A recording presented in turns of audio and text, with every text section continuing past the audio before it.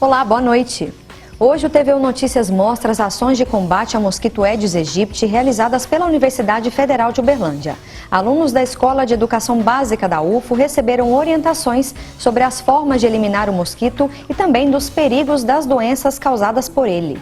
A visita do presidente do Tribunal Regional Eleitoral de Minas Gerais para avaliar a situação do cadastramento biométrico na cidade. E ainda um bate-papo sobre infarto em pessoas jovens. É agora no TVU Notícias.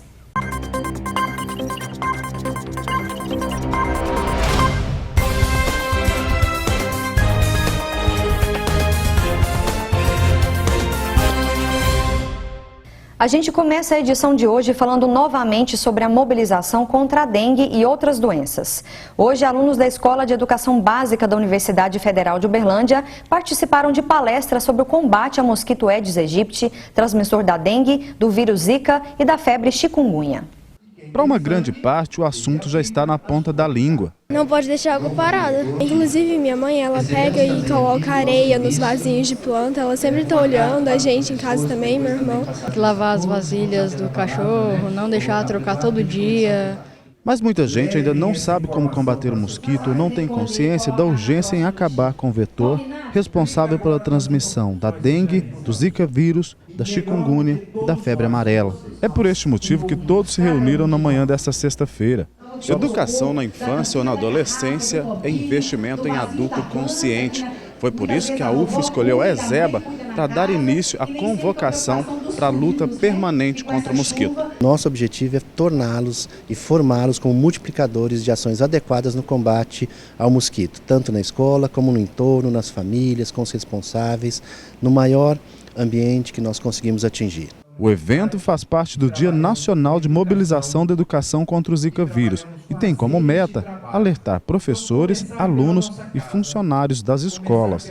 A ação é promovida pelo Ministério da Educação, o MEC, e ocorre em nível nacional. A intenção é atingir um grupo de 60 milhões de estudantes, professores e servidores.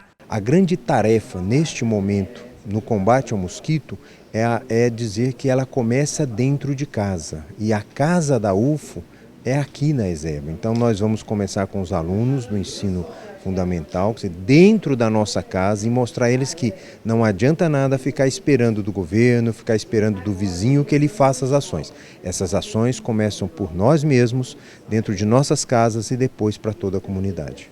Agora a gente confere a previsão do tempo para sábado. Em Uberlândia, o dia vai ser de sol entre nuvens e com possibilidade de pancadas de chuva. A temperatura mínima é de 20 e a máxima deve ficar em torno de 29 graus. Confira a previsão para outras cidades da região.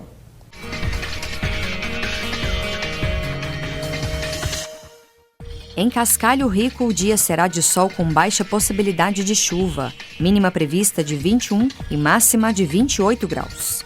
Mínima de 20 e máxima de 32 graus em Prata. A previsão é de chuva de curta duração a qualquer hora do dia. Previsão de sol com possibilidade de chuva a qualquer hora do dia também em Uberaba. E a temperatura deve variar entre 20 e 29 graus. Em Campina Verde, probabilidade de chuva com trovoadas. A temperatura mínima prevista é de 21 e a máxima pode chegar aos 33 graus. Aos que gostam e tem aqueles que já não apreciam muito, mas quando ele chega não tem jeito, todo mundo tem que tentar se adaptar e quando ele acaba, também. Amanhã encerra o horário de verão. O repórter Erivelton Rodrigues foi às ruas para saber o que as pessoas estão achando do horário atual e também da mudança. Confira. Leandro cuida da parte da produção de alimentos e entre as responsabilidades está de fazer o pãozinho de todas as manhãs. O fim do horário de verão, neste fim de semana, deixa ele bem mais animado. Eu tenho que chegar um pouco mais cedo, adiantar a fermentação dos pães, sendo que no mesmo horário eu tenho que começar a fazer os almoços.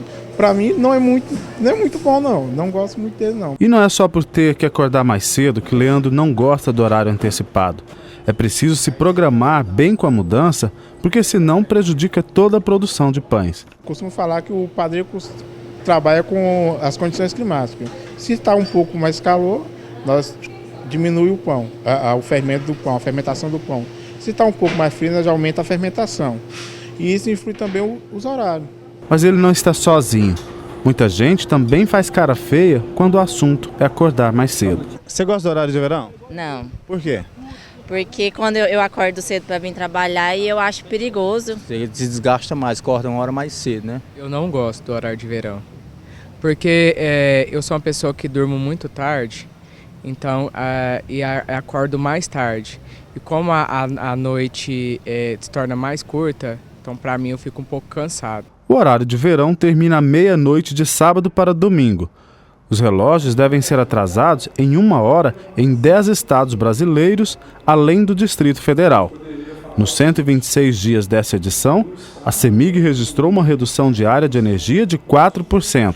Quem nunca ouviu falar mal do horário de verão, não é verdade?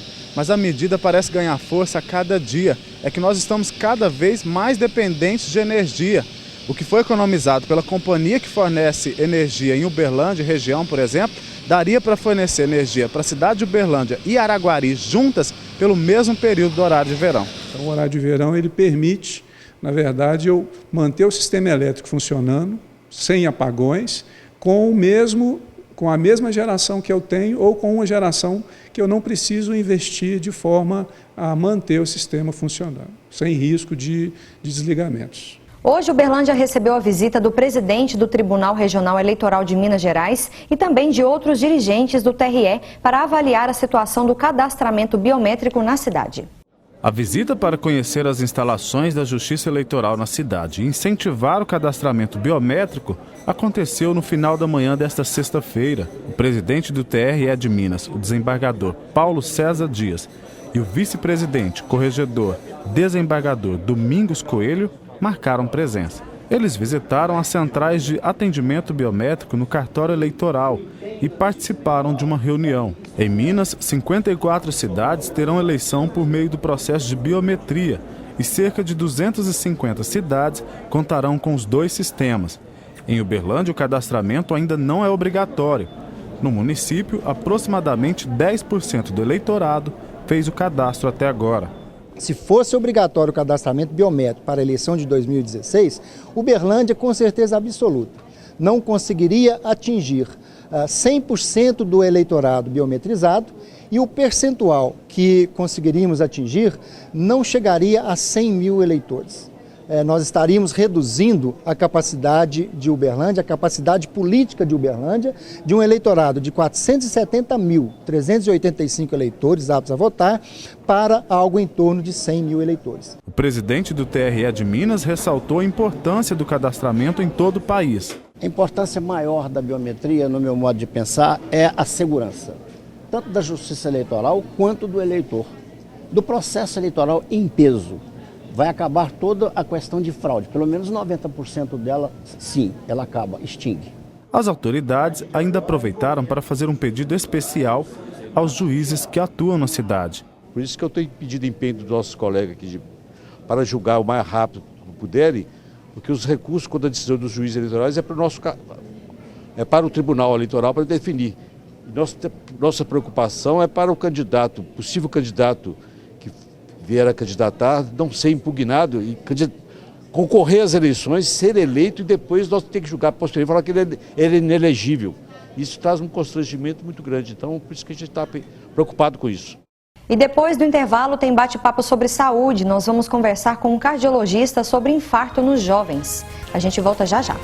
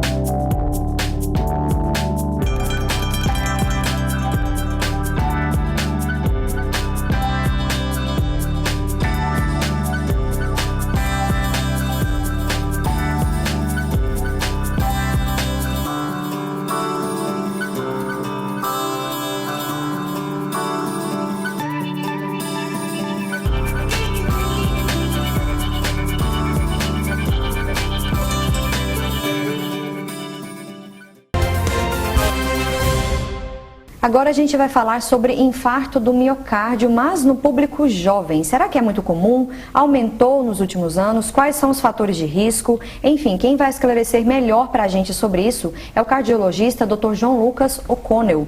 Boa noite, Dr. João Lucas. Boa noite, um prazer estar aqui. Muito obrigada novamente pela presença aqui no TVU Notícias. Ótimo. Bom, para esclarecer primeiramente o que é o infarto do miocárdio, diferenciar aí de derrame, aneurisma, né? Explica para a gente. O infarto do miocárdio é uma das doenças que mais mata hoje no Brasil e no mundo.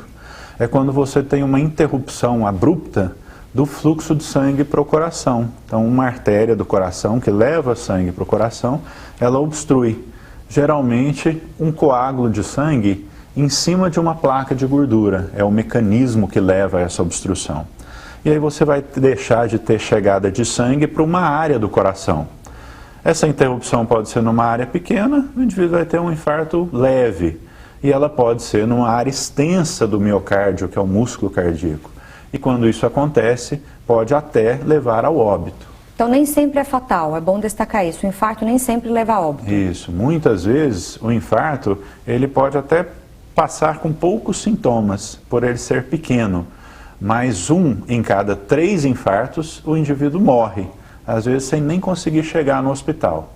Daqueles que chegam rápido, nos melhores hospitais, a mortalidade cai para menos de 5%. Então, a maioria dos pacientes que são bem tratados, eles sobrevivem aos infartos. E agora a questão do infarto do miocárdio no público jovem, que inclui pessoas de 30, 40 anos, mas também crianças. É muito comum, Dr. João Lucas? Isso, é bom enfatizar que o infarto ele acontece mais em pessoas mais velhas. No homem, em geral, depois dos 55 anos e na mulher depois dos 65 anos. Principalmente naqueles pacientes que estão em risco maior. Os pacientes diabéticos, os pacientes hipertensos, que têm colesterol alto, que fumam, que estão acima do peso, que não fazem exercício. Mas hoje em dia nós estamos acompanhando casos de infarto em pessoas cada vez mais jovens. Não só porque esses fatores de risco estão mais presentes na população mais jovem, cada vez mais presentes, mas também porque alguns indivíduos têm outras disfunções na parede do vaso que podem fazer com que o vaso se rompa subitamente e provoque um infarto. E é importante, como você chamou a atenção, diferenciar também. A maioria das vezes que a pessoa morre subitamente, a gente interpreta que ela morreu de infarto, que é o mais comum. Mas outras doenças do coração podem levar à arritmia e o indivíduo ter uma morte súbita por uma arritmia cardíaca, ou pela ruptura de um aneurisma, que é uma má formação da artéria, a artéria vai enlarguecendo, ela vai aumentando de calibre e de repente ela se rompe. É um outro nome para morte súbita e muitas vezes a pessoa fala, morreu de infarto.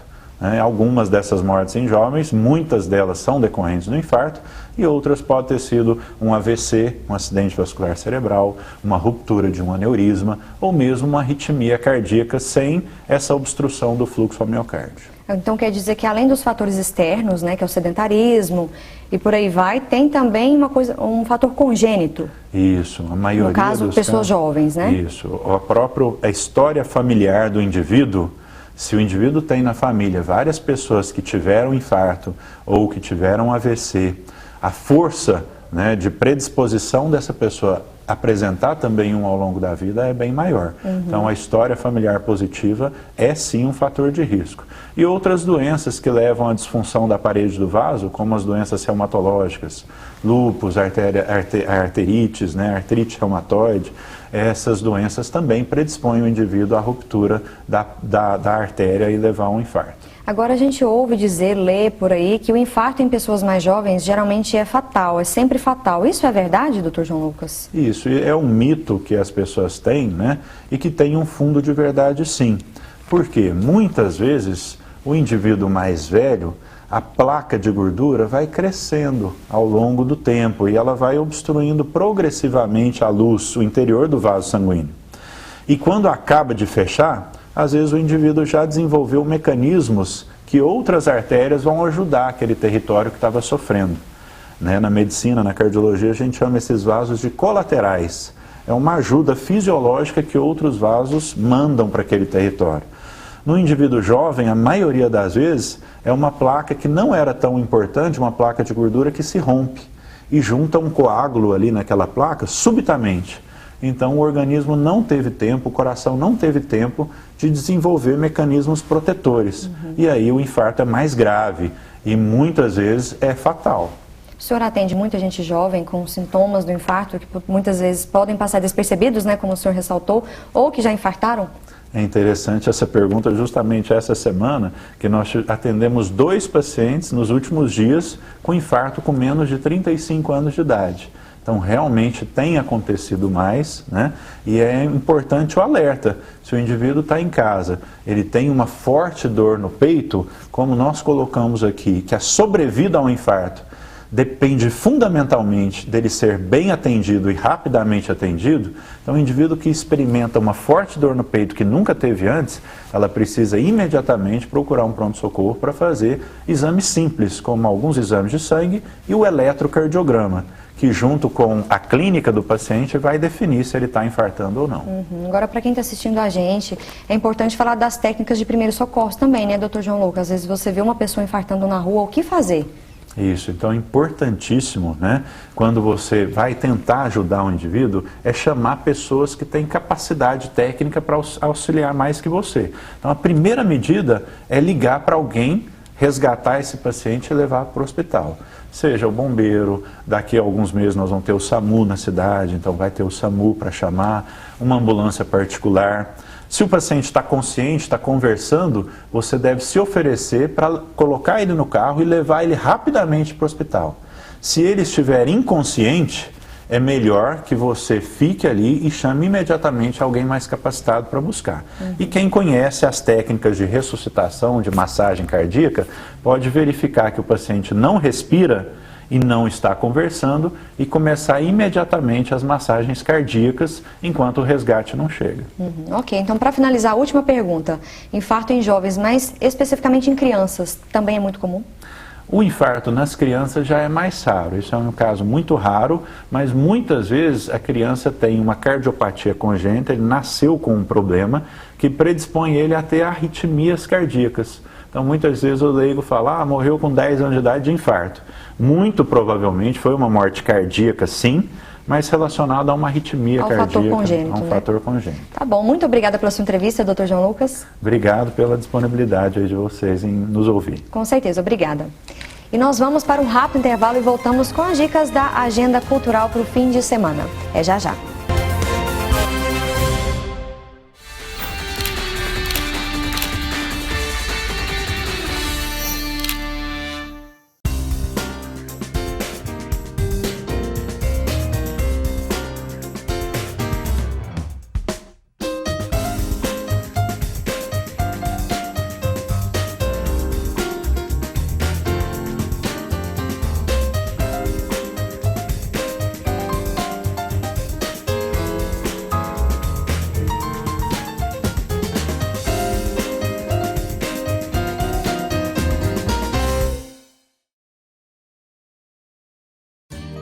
O laboratório do Hospital das Clínicas da UFA é considerado uma referência regional, com cerca de 150 funcionários e um histórico de mais de 1 milhão de exames por ano. A administração, funcionários e pacientes comemoram hoje as conquistas, incluindo o investimento na modernização e ampliação do setor.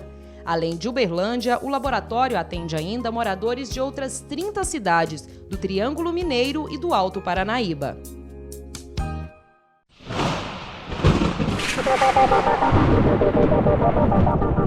Surpresas? Que nada! O Serviço de Previsão do Tempo do Laboratório de Climatologia da Universidade Federal de Uberlândia é referência em Minas Gerais.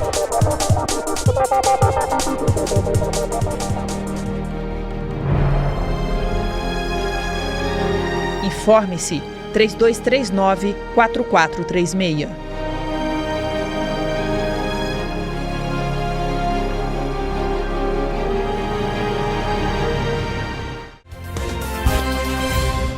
Agora a gente continua falando de saúde aqui no TV Notícias. Vamos conversar sobre a apneia do sono, que é um problema muito comum. Vamos saber por que isso acontece com o otorrinolaringologista, Dr. José Antônio Patrocínio, que está aqui comigo no estúdio. Boa noite, Dr. José Patrocínio. Boa noite. Muito obrigada pela presença aqui no TV Notícias.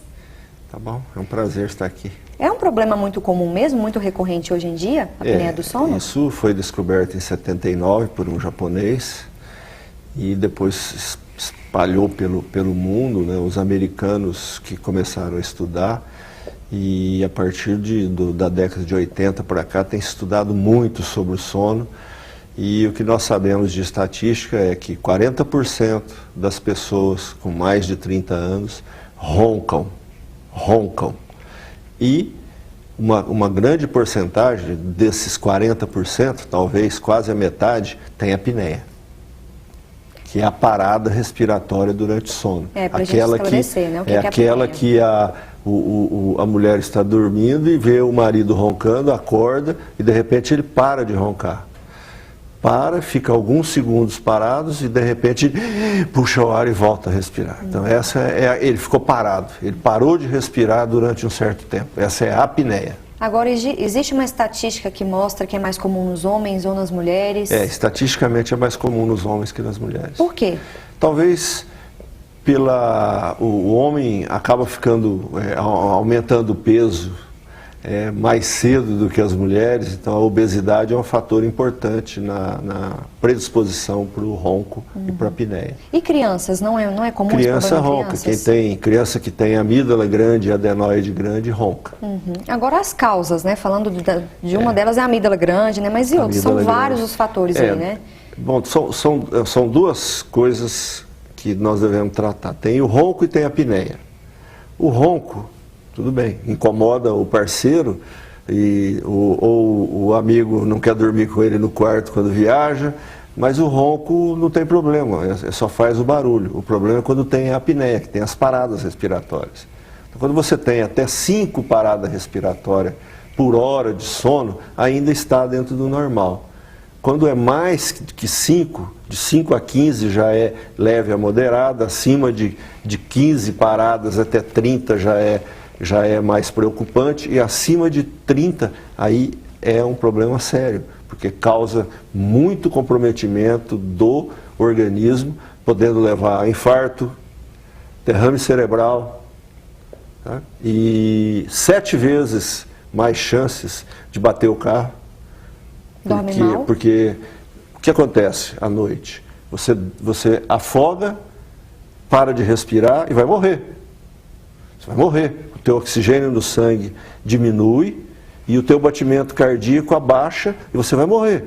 E aí o sistema nervoso central avisa: acorda que você vai morrer, acorda para respirar. Você respira, você tem um micro despertar. Depois, dali alguns, 1 minuto ou às vezes 30 segundos, você afoga de novo. E você tem isso várias vezes à noite. Então o seu sono não tem aquela sequência do sono normal, que tem as etapas do sono que faz com que você descanse, que durante as 6 a 8 horas de sono que você tem, você acorde descansado. Quem tem essas apneias acima de 30, ele acorda cansado, porque ele não dormiu. Aí ele dorme em qualquer lugar. Ele está lá na sala de espera, esperando para ser chamado, ele cochila. Ele vai, senta para assistir televisão, cochila. E ele vai dirigir, ele cochila. A maioria dos acidentes de carro são provocados por cochilo no volante. Ele dorme no volante. Então, quem tem apneia tem 7 vezes mais chance de bater o carro. É muito grave então, né, grave. doutor Patrocínio? Fora o infarto, o derrame. E por que a obesidade é um fator de risco, principalmente nos homens, para desenvolver a apneia? Porque a gordura no pescoço, ela fecha o espaço e não deixa passar o ar. Mas o fator principal, porque não tem gordo que ronca e tem gordo que não ronca. Isso depende também da estrutura crânio-facial. Por isso que foi descoberto no Japão.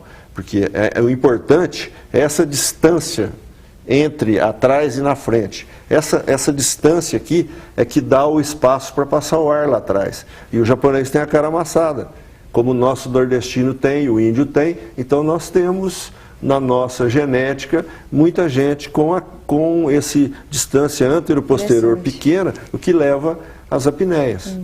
Por isso que a correção que se faz tem que ser cortando os ossos e puxando para frente para abrir espaço lá atrás. E falando de correção e tratamento, a cirurgia, né? Esquelética. Cirurgia é um dos tratamentos. Esse é o principal. Para a apneia? Casos graves. E quais são os outros tipos de tratamento para acompanhar o paciente? Depende do grau de apneia que ele tem. Depende do grau de apneia. Então, se ele é um roncador, você pode fazer uma cirurgia para ele parar de roncar. Todo paciente que tem nariz entupido ronca. Nem todo roncador tem nariz entupido. Mas todo sujeito que tem nariz entupido, ele ronca. Então, se ele tiver nariz entupido, você desentope o nariz, faz uma cirurgia para desentupir o nariz. E se ele tem amígdala grande, o palato ali, a campainha grande, aquilo cai, fecha. Quando ele deita, aquilo cai, tampa e ele afoga. Então você faz uma cirurgia, resseca um pouco do palato, da campainha, tira a amígdala, arruma o nariz, você abre um espaço para o ar passar livre e aí ele não tem mais apneia e nem ronca. Se for, é leve. Leve. Agora, falando desse grau... Agora, o grave, acima de 30, a única maneira de você resolver é com a cirurgia esquelética. Você tem que fazer uma cirurgia que chama avanço maxilomandibular. Você avança a maxila e a mandíbula para frente, que aí a língua vem para frente e abre espaço lá atrás para passar o ar. Aí ele para de ter apneia e não morre mais. Se ele não fizer essa cirurgia, ele morre em 10 anos. Aliás, 9,8 anos. Ele vai morrer. Essa é a estatística. Ou, se ele não quiser operar, ele usa um aparelho que ajuda ele a respirar à noite. É uma máscara que ele liga na tomada com um aparelho que fica bombando o ar e ele põe a máscara e dorme com aquela máscara e a máscara não deixa a faringe fechar e ele ter apneia, que chama CPAP, que é o aparelho de pressão sonora contínua que empurra o ar, é o CPAP. Se ele não tem condição de cirurgias, né, ou ele não quer operar, ele usa esse aparelho, ou ele opera, ou senão ele vai morrer. Ainda falando do grau, como é que é o exame específico para se diagnosticar o grau? Você faz um exame que chama polissonografia, que é o estudo do sono. O paciente vai para a clínica e ele dorme uma noite na clínica com uma porção de fio amarrado nele, que são vários sensores que testam faz eletroencefalograma, faz dosagem do oxigênio, faz o movimento respiratório, avalia todo como é que ele dorme. E aí dá 3.000 metros de papel, felizmente isso tudo é no computador hoje, e aí uma técnica vai lá e faz um resumo, e aí vai para um especialista em sono, um médico especialista em sono, e ele analisa e dá um laudo de como está aquele paciente. Fica a dica aí para quem nos assiste, né? É um problema sério. Muito obrigada pela sua entrevista, doutor Patrocínio. Eu que agradeço, estou à disposição. Obrigada. E hoje é dia do nosso quadro Agenda Cultural aqui no TVU Notícias. Dá uma olhada nas dicas de cinema e música que a gente separou para você curtir o fim de semana a partir de hoje.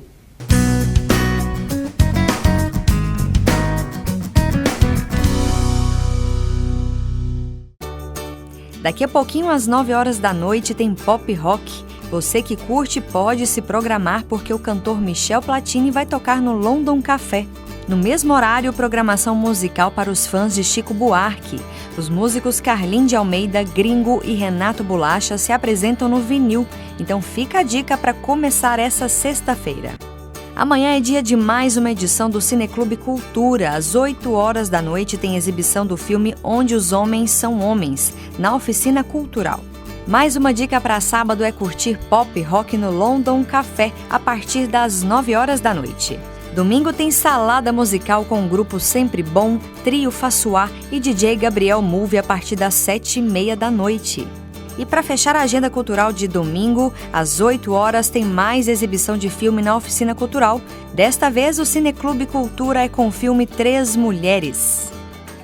E o TVU Notícias de hoje termina aqui. Lembrando que as reportagens exibidas estão disponíveis na página da TV Universitária no Facebook ou no YouTube. E se você quiser dar dicas ou sugestões, nosso e-mail é redaçãotvu@gmail.com.